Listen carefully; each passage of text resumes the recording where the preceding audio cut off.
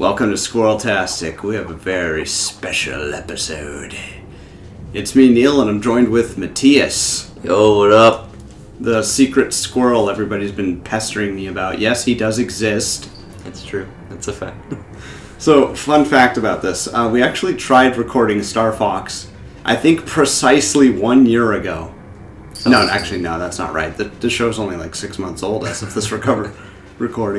I know you were in one of the first episodes. Yeah, it was pretty early on. You were like the third episode or something, and something went wrong with the recording, and there was no audio, so maybe I've gotten a little bit better at this game since then, so There you go. hopefully that's good. See how it goes. I'm going to skip the training because I was playing this earlier today. Yeah. Alright, so I know I can beat Story 1, so I'm going to attempt all three. I've only ever been able to beat Level 1. Yeah. See how it goes. Go Yeah. until we die. Marathon mode. Marathon mode. Cornelia, the base. Star Fox team, our last resort is to counterattack Venom. Good luck. Wow. Those are amazing battle instructions. I'm so glad you're the general. Just do it. I don't really remember how I got into Star Fox. It's just kind of always been in my life. Yeah, I think as far as I can remember, you've been playing Star Fox. In Yeah. some capacity. It was funny because, like, I remember just being totally enamored with this game. I had these Lego sets. They were kind of like larger Legos, which I really didn't mind because it was easier to make them work with all the other toys I had.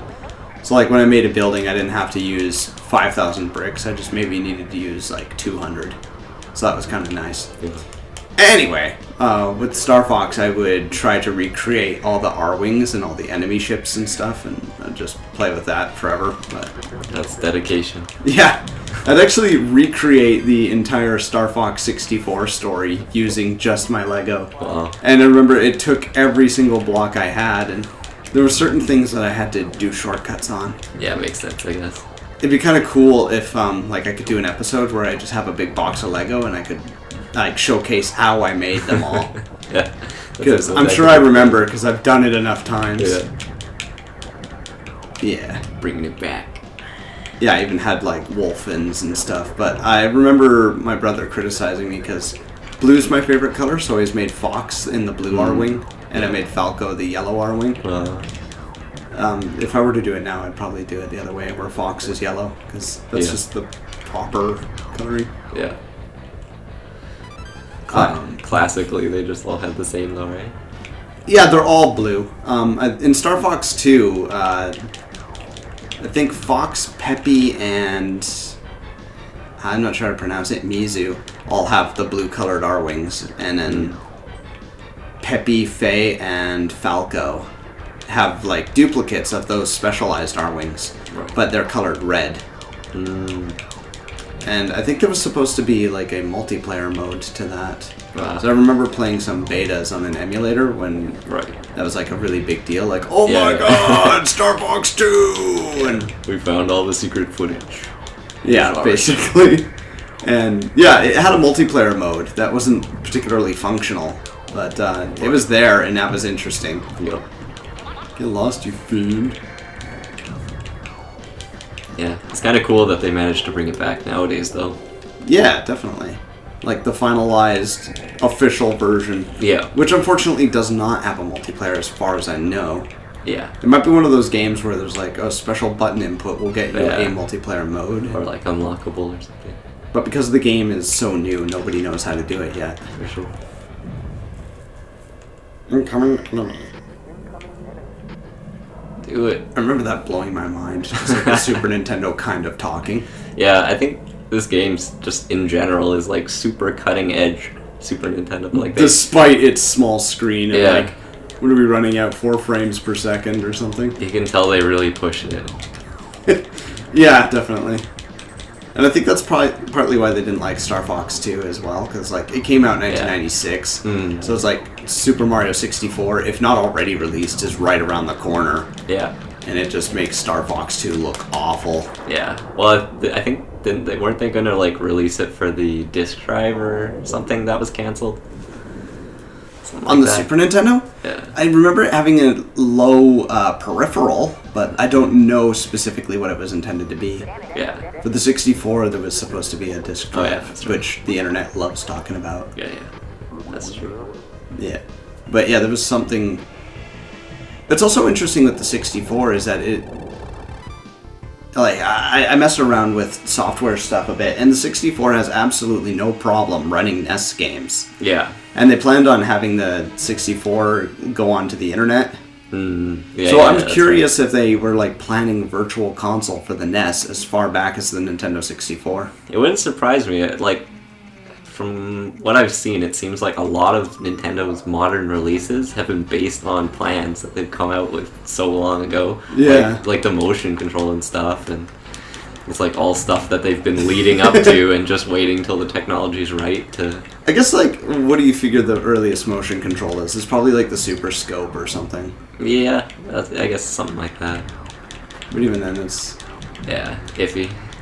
It's iffy. I don't have a Super Scope. Have you ever played with one? Yeah, one of my friends actually basically had every officially, like, released accessory. Guest appearance by Ditto. Yeah. So he had a Super Scope. It was pretty neat. It was very clunky. Yeah, it was weird. My brother had this English friend, and he would trade video games and stuff with them. So I was exposed to so many Super Nintendo ones. Yeah. It wasn't until like Midway 64 that I was, not Midway the company, but midway through its life cycle, Yeah. that I was starting to kind of get into video games and start collecting them myself. Yeah. And so, I don't know, video games just kind of appeared. I never really questioned it. I never thought about like, who's making these? Where do they come from? Yeah. How do I get one? They just kind of appear and they kind of disappear, and Yeah. that's life. Mhm. Star Fox was one of those games. Yeah. But I think my brother thought I would really like it, because at the time I was really into... Not that I'm not into Sonic the Hedgehog anymore, but at the time Sonic the Hedgehog was like a point of fascination for me. Yeah. So he's figuring like, oh, hey, there's animals flying airplanes, and you'll probably like that. And Yeah. yeah, I remember kind of being naturally good at this game as well. Like, Yeah. the inverted controls didn't confuse me at all, which used to be a standard, but as of like Wii U, it's kind of been like, no, we decided it's the other way around now. Yeah.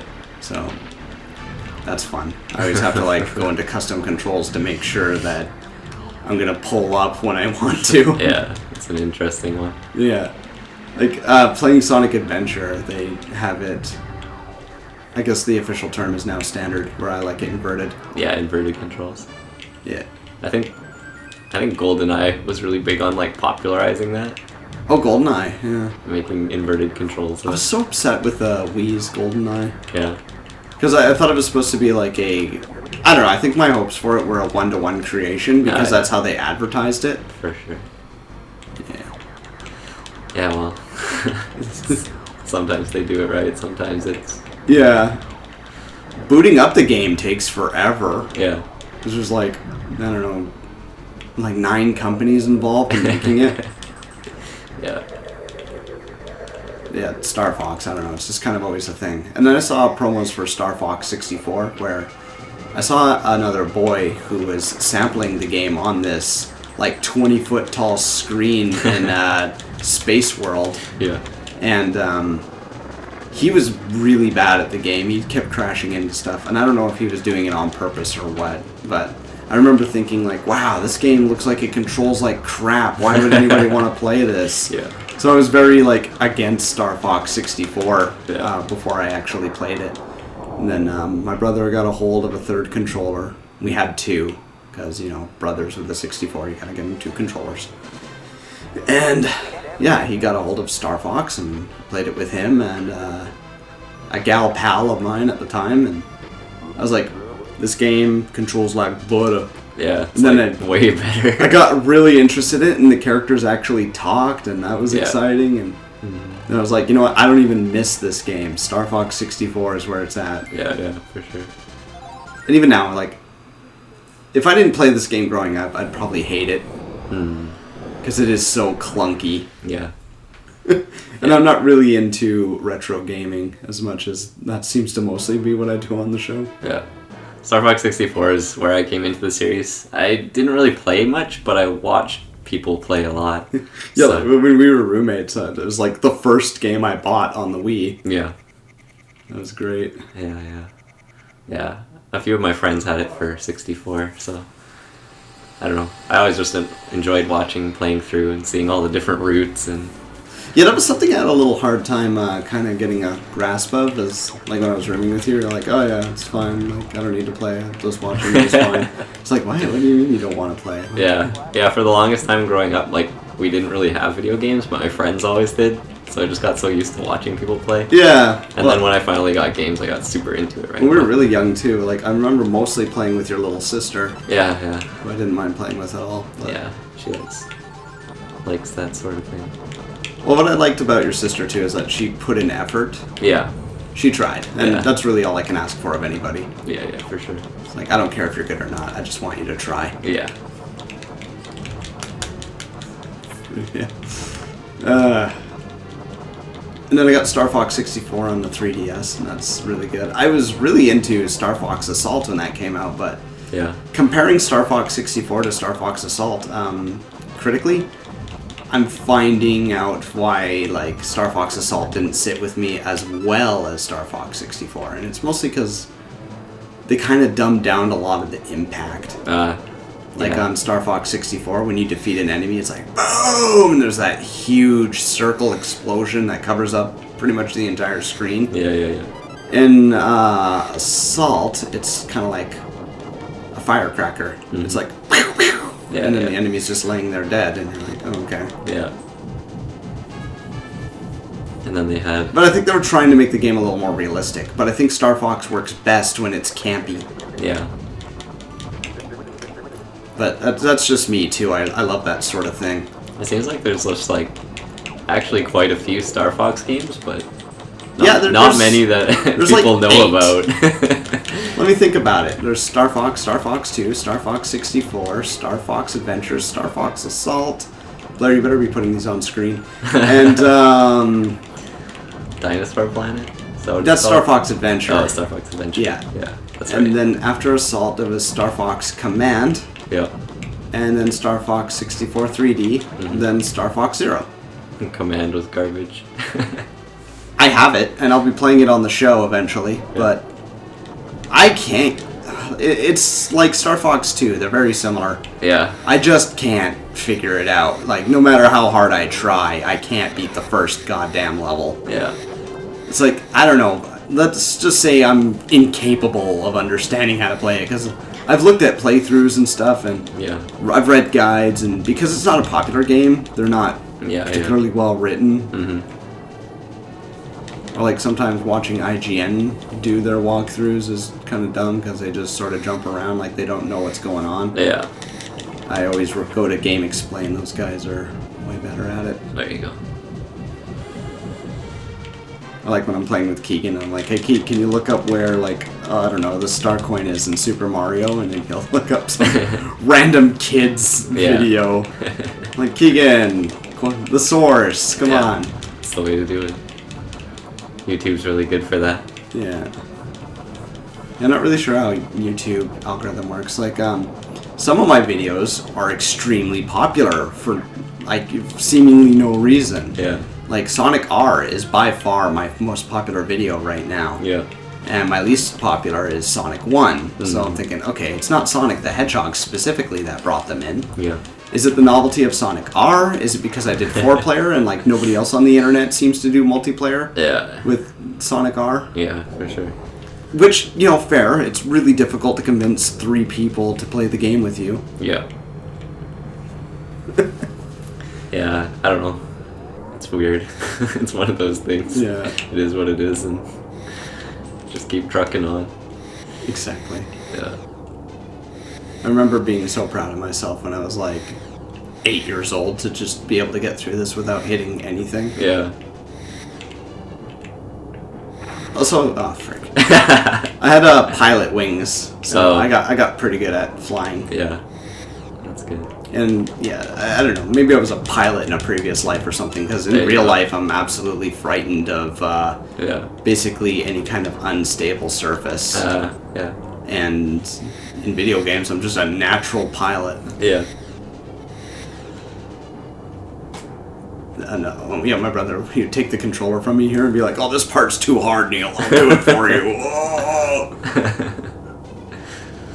My brother would do stuff like that, and he'd be like, "Oh, in Mario Bros, if you jump down that cliff, there's a bonus stage." Yeah. And I would know that, like, no, there's not. You die when you go down there. Yeah. And I didn't think he was a liar. Yeah. I just thought he was stupid. Yeah, like, I didn't think he was trying to trick me. I genuinely thought he was stupid. Yeah. So that's funny. Mm-hmm. Boom. Wow, did you see that frame rate? Oh, yeah. I like this part a lot, because, like, as Fox is going out of the flame, it kind of covers the ship. Yeah. And then he flies out of it, and then it covers the whole screen for a second. Nice. I have no idea why it does that, and I love it. It's probably an accident. Yeah, it's probably a graphical glitch. Just went with it. No sweat, Fox. My brother would always read it as no sweet, Fox. Nice. I was like, why would he say no sweet? Because he's Falco. He does what he wants. Yeah, I guess Tyler would have exposed me to this game, but I had many other opportunities outside of him to be exposed to this. And Yeah. But he loves to be like, oh, I'm the one that introduced you to it. And I was like, yeah, probably, because like most of the stuff I was introduced to, I was like 5 years old. Yeah. How am I going to go out and find this stuff myself? Yeah. I didn't even know there was a like Super Nintendo Star Fox for the longest time. Yeah, I know, because it's not on any like virtual console or anything. Yeah. For the audience at home, I'm actually playing this on a SNES Mini. Yeah. Yeah. That's a thing. It's convenient. Oh, I love the SNES Mini. Yeah. But HDMI. admittedly, I tried hacking it a little bit, and then I bricked it. And then I paid Richie, here's a picture of Squirrel Richie, to fix it. Yeah. It's like, I can't figure out what I did wrong. Yeah. It turns out it was trying to change an original kernel that I had modified. Yeah. So it was trying to pull from a kernel that didn't exist anymore, so I just kind of software bricked it. Okay. But I had him restore it just in time for this recording. Nice. Because I think he had it prepared on Tuesday, and today is Saturday. Yeah. There you go. Yeah, one of my friends tried to do something similar so he could upload your own ROMs or whatever. Yeah. But he managed to get it working, but none of the ROMs he tried worked, so he ended up just restoring it back. So I think he just maybe used like incorrect ROMs or whatever. But Oh, maybe. I found a few games, like, I was surprised it didn't work, like Yeah. Wario's Woods. But Richie was telling me, too, that it seems that every single game on the SNES Mini has its own, like, settings. yeah. Like, oh, display the screen like this. Yeah, and, yeah. like, yeah, every game has its own unique settings. And I think that's kind of interesting, too, because I know the 64 was kind of like that as well. Yeah. And that's why 64 games are so ridiculously difficult to emulate. Yeah. Yeah, it's weird how that worked out. It's like custom hardware. And Yeah. So it's not as, like nowadays, a lot of video gaming consoles use similar parts to what computers use. So it's easier to emulate once you get powerful enough hardware, but Yeah, I had a friend who was always trying to convince me that computers were invented with the intention of making them run video games. And I says, no, I think computers were yeah. probably invented for data storage and... I think they were invented for like mathematical calculations first. Oh, sure. It's not like we didn't have calculators, though. Yeah. They're just advanced calculators, and then Yeah. it built up from there. Well, it was just handy to keep records of everything, like historical records, sending information to people via the internet. Yeah. Because I remember being in elementary school, I must have been in 3rd grade or something. We had, I don't know if he had been to space or whatever, but we had this astronaut come in, and he was explaining to us how satellites work. Yeah. Where they launch them into space and they take photographs, and sometimes the satellites don't make it back because they get hit by stuff, or they lose orbit or whatever. And one of the students in the class asked, well, if you lose the satellite, how do you get the photographs? And even the astronaut wasn't sure. But the answer is obvious now, internet. Yeah. So, They just transmit it. yeah. Yeah. So that's kind of funny. Yeah. Boom. Boom, baby. Rocking it. Yeah, pretty much. We're almost done the first playthrough here. There you go. All ships check in. So far, so good. Okay, what's next? Probably wing damage. There you go. Probably not. I'm good enough at the main story to not get wing damage. Yeah. Alright, we're gonna bust a nut. Do it.